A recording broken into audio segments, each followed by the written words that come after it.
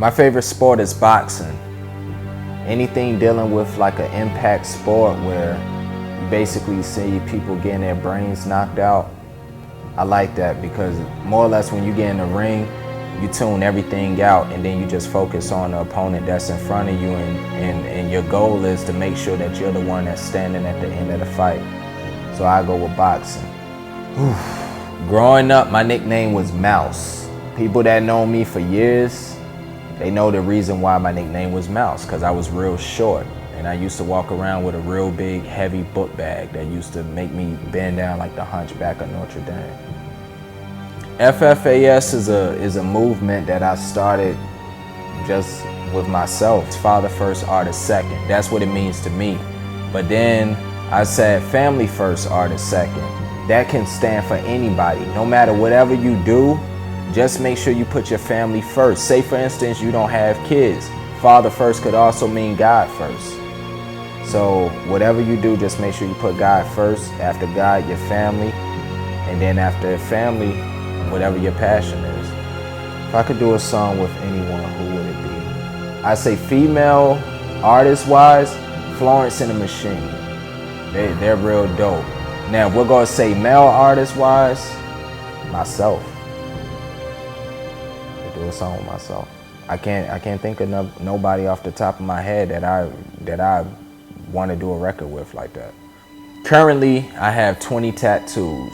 I have tattoos on my hands all the way up to my chest. I don't have none on my legs or nothing like that, and I don't plan on it. I'm actually planning on stopping with the tattoos. I don't feel like getting inked up no more. I think I got to a point where I've had enough of tattoos. Growing up, I admired my mother. That was the only person I had to admire. The reason for that is my mother, she overcame my father. She overcame my stepfather, who was abusive. My father was a drug addict. She basically overcame 2 abusive men, and she raised her sons to the best of her ability. She used to work 3 jobs. I used to get in a lot of trouble.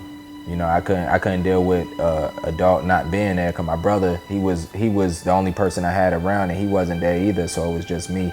After God, of course, admiring everything that he created, is my mother. Anything my wife cooks, that's my favorite food. Yeah. If I had one color to pick, my favorite color would be red. And that's just to disrespect my brother since he's a Crip. And of course, you know their favorite color is blue. So as you can see, I'm wearing red right now. Love you, big bro. The clothing line I'm wearing right now is courtesy of 8 and 9 Clothing. They out of Miami, New York, and Boston. They real dope, as you can see. Got on a hoodie, got on a snapback right there, and then got on a t-shirt. Brain Gang. They real dope. They keep me laced up, so I don't have no complaints. Shout out to 8 and 9 Clothing. My worst fear is dying and my sons not being stable with my wife, you know, not having money put to the side for their future, and just not being in the picture the way a father should be in the picture. That's my worst fear. My favorite thing to do with my kids, I would say picking them up from school and going to the basketball court.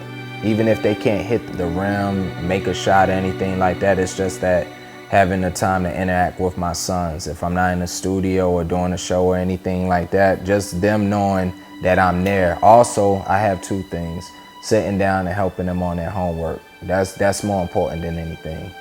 So just having that bonding time with my sons, that's all that matters. I'm actually excited about my event with BET Music Matters. That's May 14th up in New York at SOB's, and I'm gonna have a live band with me. It's gonna be a hip soul event.